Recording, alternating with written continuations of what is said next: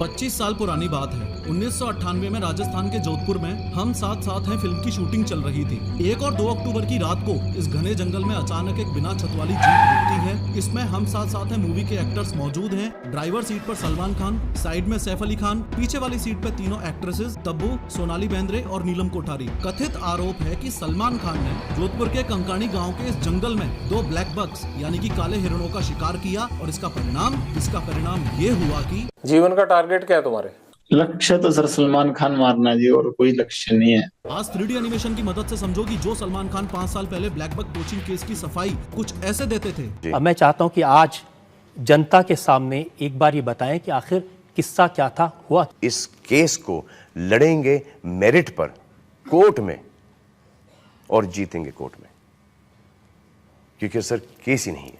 आज उनके शुभचिंतकों की ये हालत कैसे हुई? मेरे सलमान भाई की तरफ से मैं माफी मांगती हूँ। मैं माफ कर दो भैया। मैं ये लो भाई, मैं सलमान खान की तरफ से मैं बिश्नोई समाज से माफी मांगती हूँ कि भैया माफ कर दो। और मोस्ट इम्पोर्टेंटली एक जेल में बंद बैठा हुआ गैंगस्टर लॉरेंस बिश्नोई आखिर कैसे सिद्धू मूसेवाला को जान से मरवा सकता है, कैसे इंडिया में 1000+ शूटर से कनेक्टेड है और कैसे बैंकॉक और थाईलैंड तक इसकी गैंग्स फैली हुई हैं। लेकिन सबसे पहले ये समझते हैं कि लॉरेंस बिश्नोई एक स्टूडेंट से गैंगस्टर कैसे बन गए। बात 12 फरवरी 1993 की है। फिरोजपुर पंजाब के एक गांव में लॉरेंस का जन्म हुआ। लॉरेंस के पिताजी हरियाणा पुलिस में नौकरी करते थे और 1997 में रिटायर होकर खेती का काम संभालने लगे। 1 साल बाद अक्टूबर 1998 में अब लॉरेंस 5.5 साल का हो गया है और ऑब्वियसली उसे कोई अंदाजा भी नहीं है कि एलिजिडली जोधपुर में इस दौरान सलमान खान 2 ब्लैक बक्स का शिकार कर रहा है और 25 साल बाद इसी बॉलीवुड के भाईजान को मारना उसकी जिंदगी का इकलौता मकसद रह जाएगा। खैर 12th पास करके 2010 में Lawrence Bishnoi DAV college Chandigarh में लॉ में ग्रेजुएशन करने के लिए चला गया।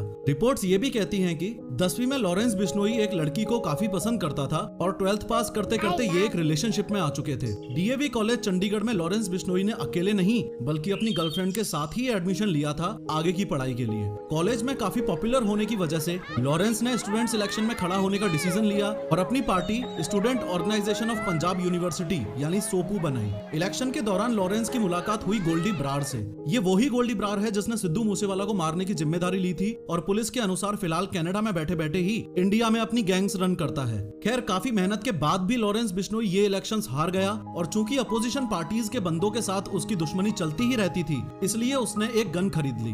लॉरेंस बिश्नोई की दुश्मनी कॉलेज में बढ़ती गई और जनवरी 2011 में धीरे धीरे इस दुश्मनी ने शूट आउट और गैंगवार का रूप ले लिया। इस शूट आउट की वजह से उस पर FIR हुई, लेकिन इस बात पे ध्यान दो कि रिपोर्ट्स ये भी हैं कि लॉरेंस बिश्नोई ने एक पक्के अपराधी का रूप तब लिया जब इसकी गर्लफ्रेंड को अपोजिशन पार्टी वालों ने जिंदा जला दिया। बस अब क्या था, लॉरेंस बिश्नोई की एंट्री दहशत की दुनिया में हो चुकी थी।